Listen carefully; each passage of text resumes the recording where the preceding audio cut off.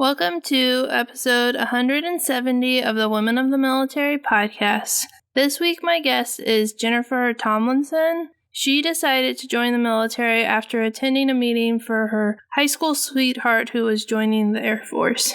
She had never considered military service before, but that one meeting changed everything, and even though she was only a junior in high school, she knew that she wanted to serve in the Air Force. She signed up, finished high school, and began her military career. In this interview, we specifically talked about what it was like to get divorced to someone who's in the military and the way that the military worked to help keep their family together as they co-parented, and it was really interesting to hear the challenges that they had to overcome and how the military was able to work with their family so that they could be stationed together as much as possible so that there was some stability for their kids and it made it easier for them to co-parent. Before we get started with this week's episode, I want to thank Sabio Coding Bootcamp and USA Girl Scouts Overseas for supporting this week's episode of Women of the Military podcast. Sabio Coding Bootcamp is a top-ranked coding bootcamp that is 100% dedicated to helping smart and highly motivated individuals become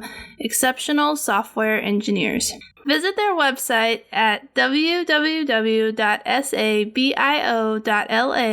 to learn how you may be able to use your GI Bill benefits to train at Sabio. Your tuition and monthly BAH stipend may be paid during your training period. They are also 100% committed in helping you find your first job in tech. So don't forget to head over to www.sabio.la to learn more. USA Girl Scouts Overseas Virtual Troop is a great way for girls to learn new skills, meet girls from all over the world, and have fun no matter where they are or where they move. Adults can also volunteer with Girl Scouts, and it is such a great way for adults to continue to learn and meet new friends. Volunteering is easy and can be done by just giving seconds, minutes, or hours each week to help support Girl Scouts. USA Girl Scouts Overseas has many fun activities and ways to stay engaged for girls K through 12 and for their adult lifetime members. You can learn more about joining or volunteering with USA Girl Scouts Overseas by heading to their website, usagso.org. That's usagso.org. And now let's get started with this week's interview. Welcome to the show, Jen. I'm so excited to have you here. Thank you. It's great to be here. So let's start with, why did you decide to join the military? Well, I grew up in a house where college wasn't a thing. My parents didn't go to college. They worked for a grocery store. So college was never something that we planned for. So when I graduated high school, I didn't really know what I wanted to do. So I had a high school sweetheart and he was joining the Air Force. And I went to a delayed enlistment program meeting with him. And they were going over AFSCs. And they were also serving Subway and Pepsi, which kind of was part of what got me in. But I loved that there were all these jobs available. And so I thought I'd give it a shot. Had you ever considered the military before you went to that meeting, or you just were like, oh, I'll go with you to this, more to be a support, not to join, right? I had never even considered the military. No one in my family really ever served. It was just completely out of the ordinary. But when I went to that meeting, it was more for me. It wasn't for him. But they just really sold me at that meeting on the Air Force. It was just kind of an impromptu decision, honestly. I was in my junior year of high school. I was still 17. So my dad went and, signed for me. Just kind of an on-the-whim decision. But it was the best decision I ever made. That's really cool. So you said you were a junior, and that's when you decided to join. And then did you wait until you graduated from high school before you went to boot camp?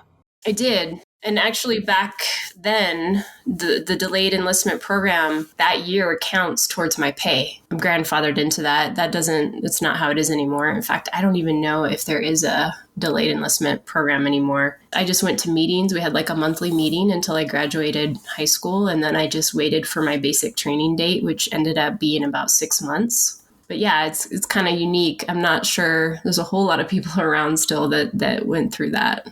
Yeah, I think they have some sort of delayed entry program, but was yours more like structured and you had to be there and it wasn't like it would be nice for you to show up to this? It was like you needed to be there? Is that kind of how it worked?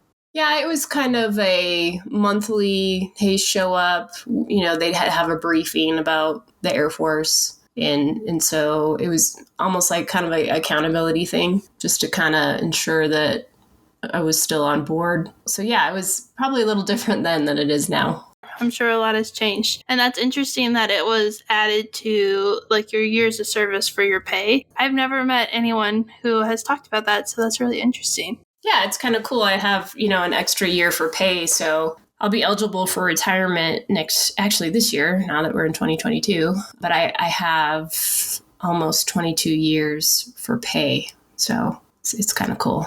Do you feel like the delayed entry program prepared you for basic training, or when you left after you graduated from high school, were you kind of like, well, what did I just sign up for? I don't think that it prepared me for basic training. I think it gave me just a little more insight on what the Air Force was, which was nice because I was clueless. But going into basic training, I remember I was incredibly excited, but equally as clueless. So I don't think that, is the intent of the program is to prepare you for basic, but just to kind of maybe educate you a little bit on what you're about to venture into. Yeah. So what was your experience at boot camp like overall?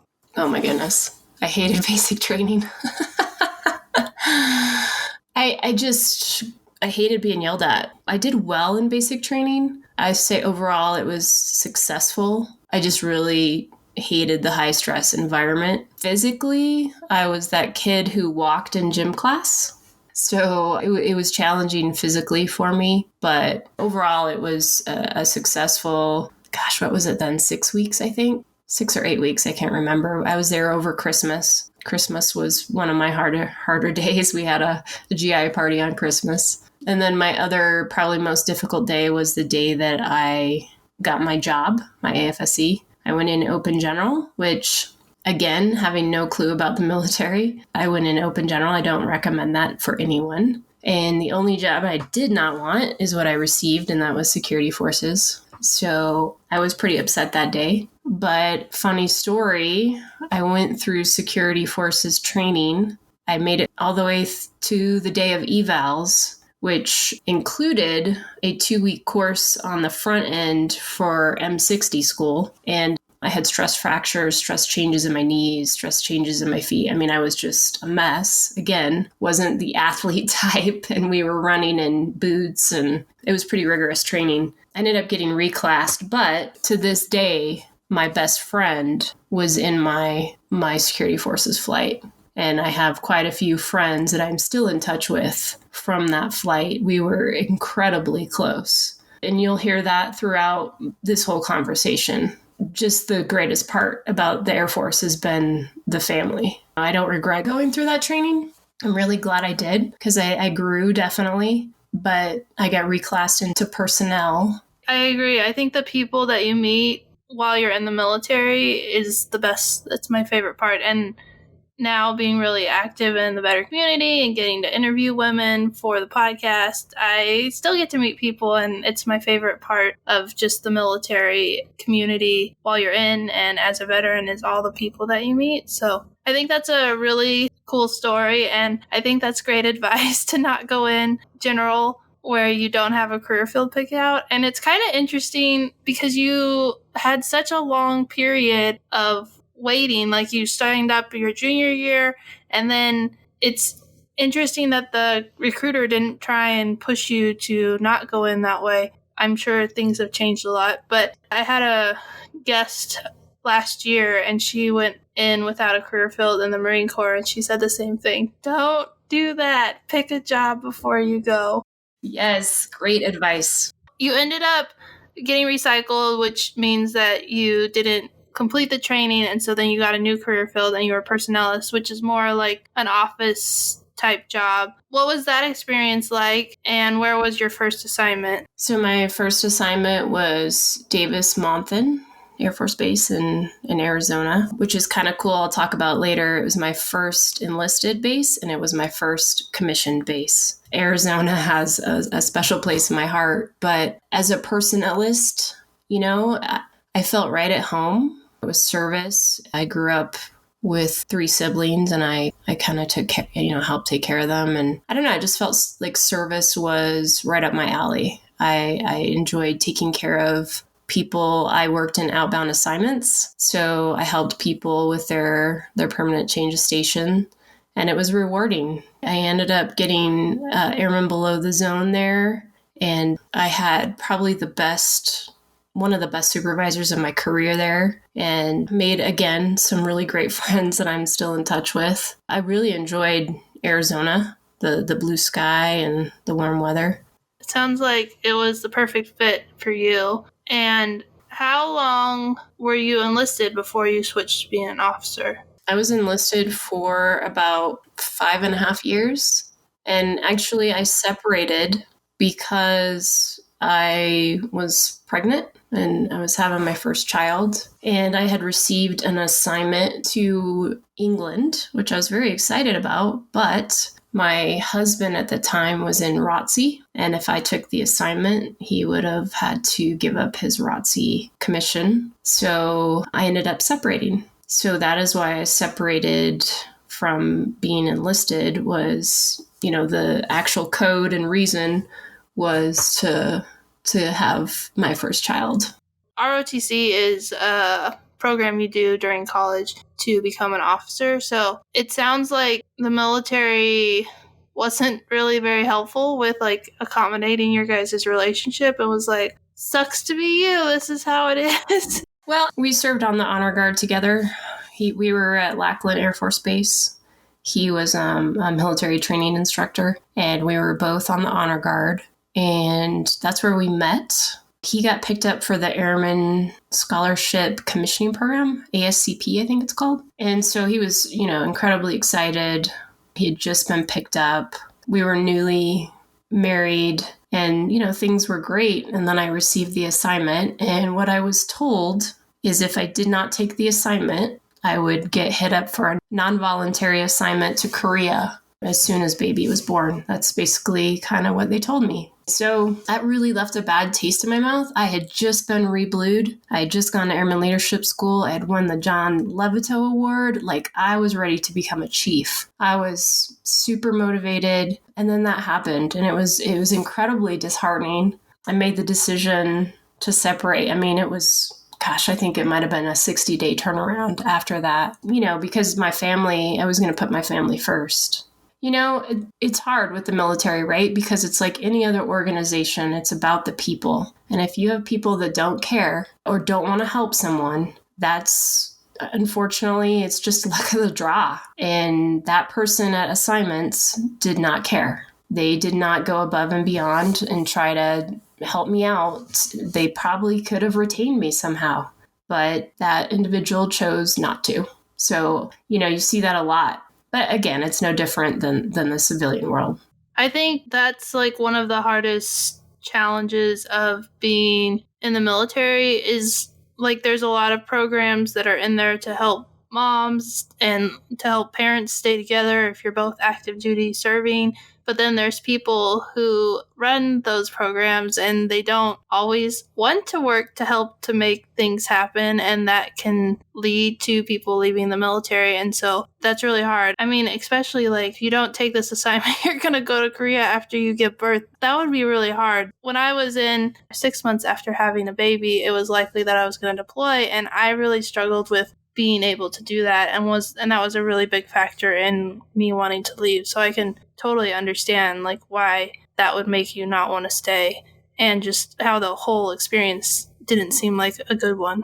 Yeah, for sure. I totally get that. And I truly believe we have leaders that are trying to make, that better. There's a lot of programs in place now that just amaze me. For example, I don't know the name of it, but there's a program in place now where if you're divorced and both active duty, the Air Force will help get you together just so your kids, can have both of you close by. So I think that's amazing. I'm divorced now, and my ex-husband, when we were both active duty still, he's retired now. His wife is active duty as well. We were able to follow each other because there were incredible individuals working at the personnel center who would help us get to the same location. Again, now you have an example of people that went above and beyond. So we were able to keep our kids to where they could see both of us. It was very healthy. You're so right. It just depends on who is sitting in that position and if they, want to help. But yeah, the programs are getting better. And so that's very encouraging.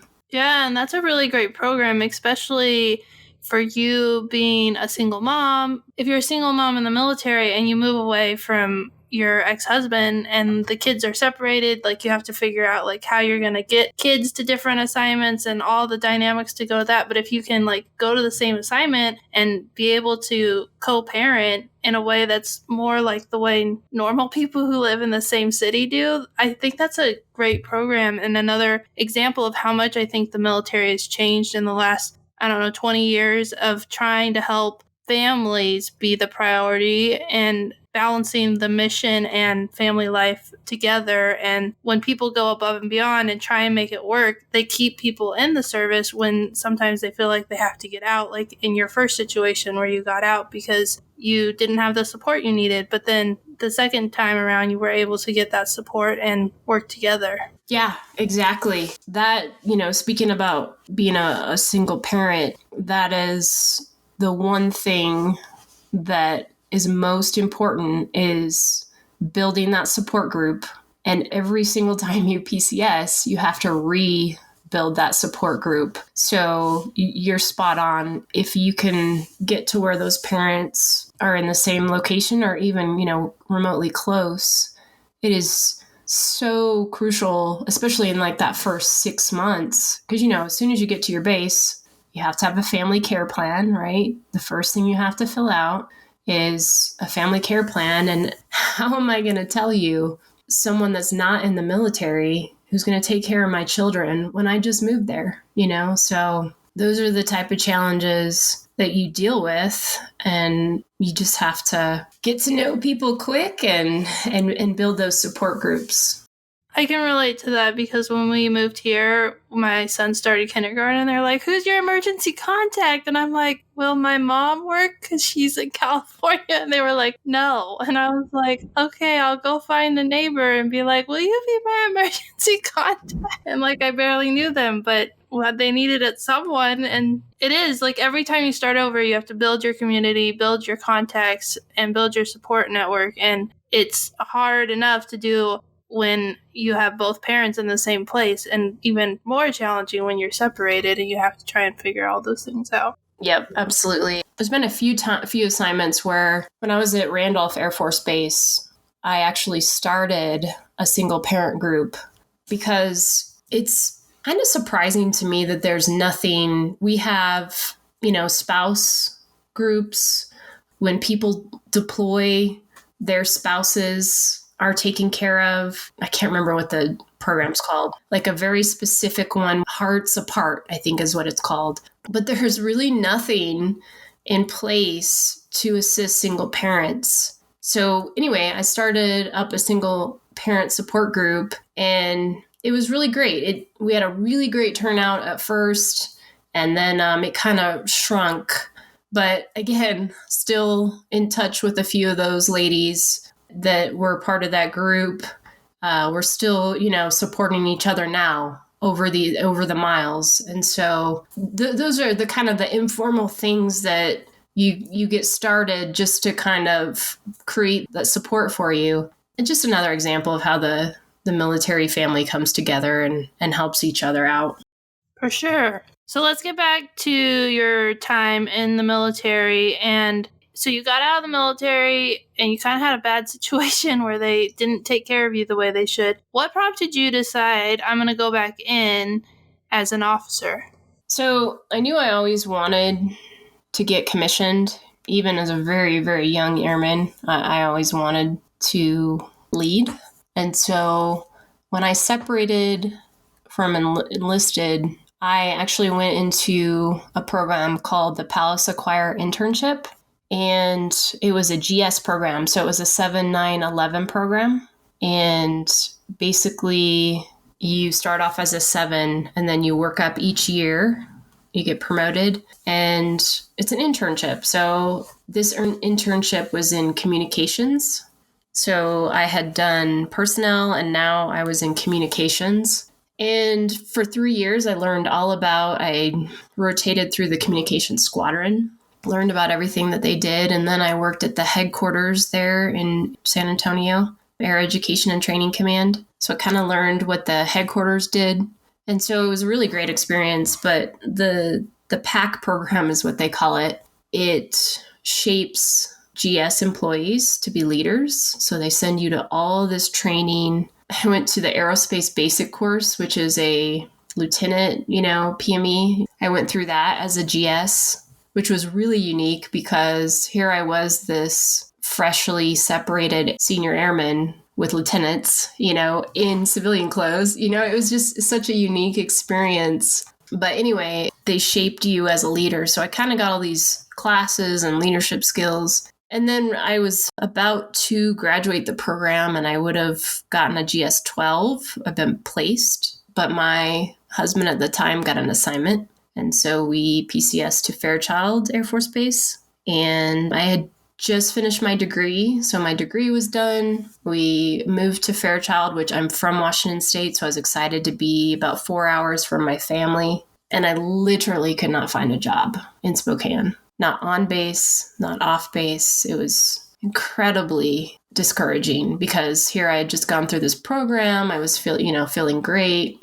had this great resume. I had my degree, could not find a job. So eventually I got a temp job at the Logistics Readiness Squadron as a squadron secretary. And then I ended up getting a permanent position at the medical treatment facility as a squadron commander secretary for the medical support squadron commander. So I worked for him until we PCS'd. My husband got an assignment to work at OTS, Officer Training School, as an instructor. So we PCS'd to Montgomery, Alabama. And I got a job there as the support squadron commander secretary, as the secretary. While we were in Spokane, I got my master's degree. So here I was with my master's degree, sitting in a GS-4, I believe, position at the officer training school. So my husband and I both worked at the officer training school.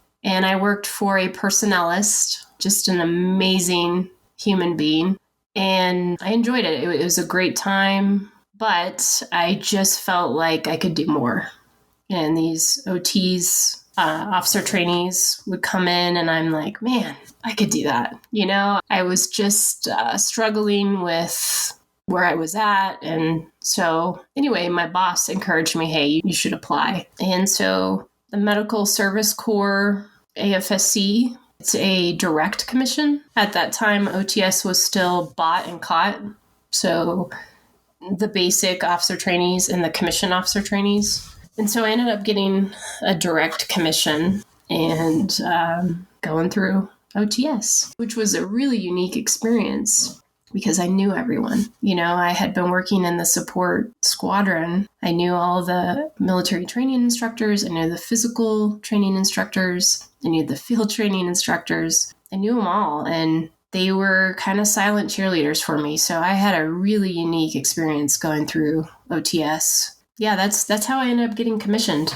Yeah, you talked about a really big issue that I know a lot about a military spouse unemployment and then also underemployment. Military spouse unemployment is like 25, at least before the pandemic, it was like 25, 26%. I'm doing off the top of my head, remembering. And then underemployment is just as high or higher of military spouses who have a job. It's something they're overqualified to do. And so it's interesting that that challenge kind of led you back to the military and being around all those officer trainees. You're like, I could do this. And then having the right leadership to push you to apply and then getting to do that. And it sounds like it probably was a better experience than basic training. It was, and I still hated it, but but yeah, it was.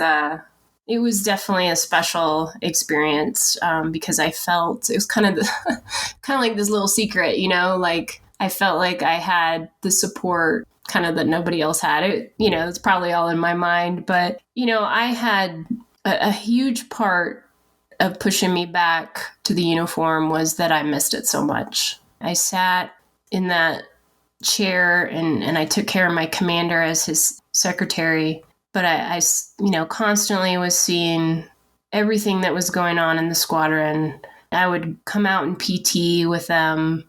I mean, we talk about Big A, right? We talk about we're all airmen. We do in the Air Force anyway. And I really, really feel that that's true. And so right now I'm at a staff job, but when I have a flight or I'm leading and I have GS employees, to me, they're just as important, just as much part of the family, because I've kind of been there and I know what it feels like to be slighted or treated differently. We're all part of the team. I did feel that a little bit as a GS employee, and I didn't like it, and I missed being in the uniform. And so that was a huge part of why I wanted to come back in. And you mentioned that you were pregnant when you got out of the military. So when you went back in, you were a mom. What ages were your kids, and what was it like to be away for them for the training? And then, I mean, you were already working, but was there any difference between both you and your husband at the time being on active duty or anything like that? While we were at Fairchild, I had 2 more kiddos. So I was fortunate enough to be able to stay at home with them, not have to worry about maternity leave, which also has gotten so much better now. But back then, I think it was like 6 weeks if, active duty. But anyway, I had 2 more children. And so when I got commissioned, I was still married and I had 3 children. So I had a 8-year-old, a 3-year-old, and a 2-year-old. And yeah, it was hard leaving them, going through, I think it was 4 weeks of training for us at COT. But yeah, it's definitely hard leaving them behind. I was lucky in that obviously they were local because, I'd lived there. And so when I started to get liberty, I got to see them. So I was very fortunate that way. But yeah, after OTS, I had to go to my school, for my job. And that was 3 months. That was difficult. My story is unique because my husband and I were actually going through a divorce when I went through OTS. We were not officially divorced, but we were going through a divorce. So by the time I got my first assignment, which was Davis-Monthan, we were divorced. And so I went to Davis-Monthan with our 3 children. That's when my single parent journey began, the same time that my first commissioning assignment began. So that was probably the most challenging assignment I've ever had because it was such a transition for all of us. But yeah, no, being away from them is definitely hard, especially when they're little like that, for sure. Yeah, that sounds like a lot of emotions and good emotions about commissioning and starting a new career, and then the hard emotions of dealing with divorce and figuring out how to do everything on your own in a new place without that support network that we talked about. That's really adds a whole another dynamic to being in the military when you're also making a bunch of other new fresh starts and have your kids to worry about. You mentioned that eventually your ex-husband and you and his wife were always able to, were able to get stationed together. When did that happen? So My ex-husband went from Maxwell in Montgomery to Davis-Monthan. He got an assignment to Davis-Monthan. And so he came to Davis-Monthan, and then I actually got deployed. So it worked out really well. He showed up in Tucson, and then I got a deployment. So I left for deployment, well, first for 3 months of combat skills training, and then 7 months of deployment. So I was really gone for about 10 months. And thank God he was there because they were able to stay in their school. We didn't have to uproot them. It worked out really well. And then when I came back, he got a year deployment. So he then left and went on a year deployment. And by then he was remarried. And when he came back from his year deployment, he did a follow-on to where his wife was, which was in San Antonio. So then I got an assignment to San Antonio, and we were all together again for quite a few years. I think we were there for about 5 years, and she ended up leaving 1 year, so they went to Travis Air Force Base, and then we got an assignment to Okinawa, and then she got an assignment to Okinawa. So, we've been very fortunate. There's been a few years where we haven't been able to be in the same place. But for the most part, we've been able to kind of follow each other around. Yeah, and the stability of not having to have your kids uprooted, like when you deployed, and the fact that your ex-husband was able to get stationed there so that worked out so well, it highlights why having rules like that to help families is so important, because being a military kid is really hard. They're so resilient, but that at least my kids, they don't really show a lot of emotions at times, but then sometimes they do over things that there's a movie we just watched, and at the end, he has to say goodbye, and my 8-year-old was bawling, and I was like, oh, you know what this emotion is like, to say goodbye to someone and not see them again, or not know if you're going to see them again, and he was just so upset, and it made me realize how hard it is to be a military kid, because I wasn't crying because I didn't experience that when I was a child. I experienced it in the military, but it was by choice. And he's experienced so much that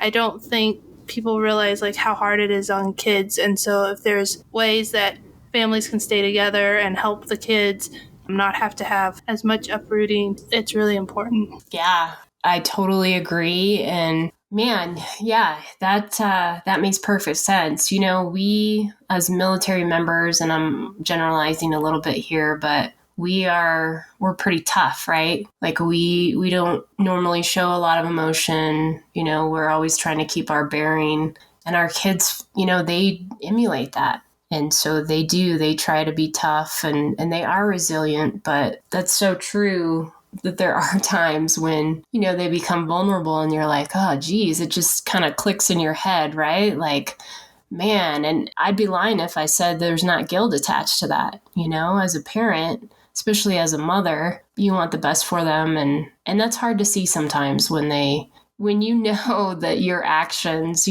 what you've had to do has shaped that. So yeah, I totally get that. Yeah, it was really hard to watch and then to like reflect back and be like, wow, this 8-year-old has more emotion about this movie than like most adults, because he understands exactly what the character is going through, and most other people are just like, oh, that's, they didn't relate the way. But military kids have to deal with so much at such a young age. I think it makes them stronger people, but it doesn't mean that it's easy for them to go through all that. Yeah, no, I agree 100%.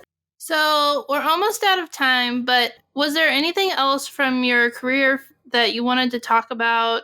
So I've deployed twice, and just, as a mom, I know this is, you like to kind of touch on that a little bit. And like I said, my first deployment was 7 months. I was in Afghanistan, and that was really hard, leaving my kids. At the time, I think they were like 5, 6, and 10.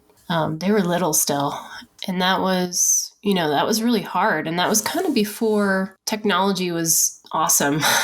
We weren't FaceTiming yet. It's like we had a little room, that you could go to and Skype. I could Skype with the kids. But yeah, my second deployment was much easier. I had FaceTime, and that was in 2015. And the kids were a little bit older and they understood a bit more. But my first deployment, my oldest, again, I guess she was more like 13 because she was in middle school and she got bullied while I was gone. And that was really hard because she's still trying to work through that, like as a 22-year-old. So I would just say if, you're a woman and deploying and you have kids, just making sure that, you're talking to them while you're gone and making sure that they're okay. Because that was really hard. And again, like she's still dealing with that to this day. But, our kids are unique and sometimes kids are mean.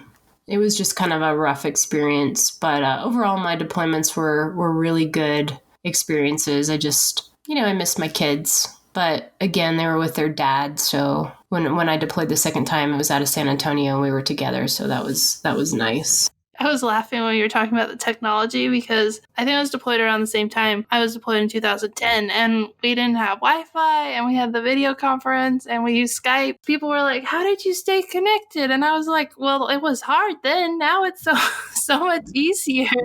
We would talk on a video chat once a week and now you have Wi-Fi and you can FaceTime in your room and have a little bit more privacy. And I think that the way technology has changed has made it, it's not easy, but it's so much easier to stay connected with your family. And so it's so important to stay connected. And I actually was going back through and I was like, wow, my husband and I sent a lot of emails and we wrote about like all kinds of random stuff that would have been in like text messages today. So it's kind of cool that we have these emails, which would be equivalent to text messages, but that's what we would do. We would just email back and forth and talk to each other that way. And I think staying connected to your family while you're overseas is so important. And luckily technology is making it easier to stay connected.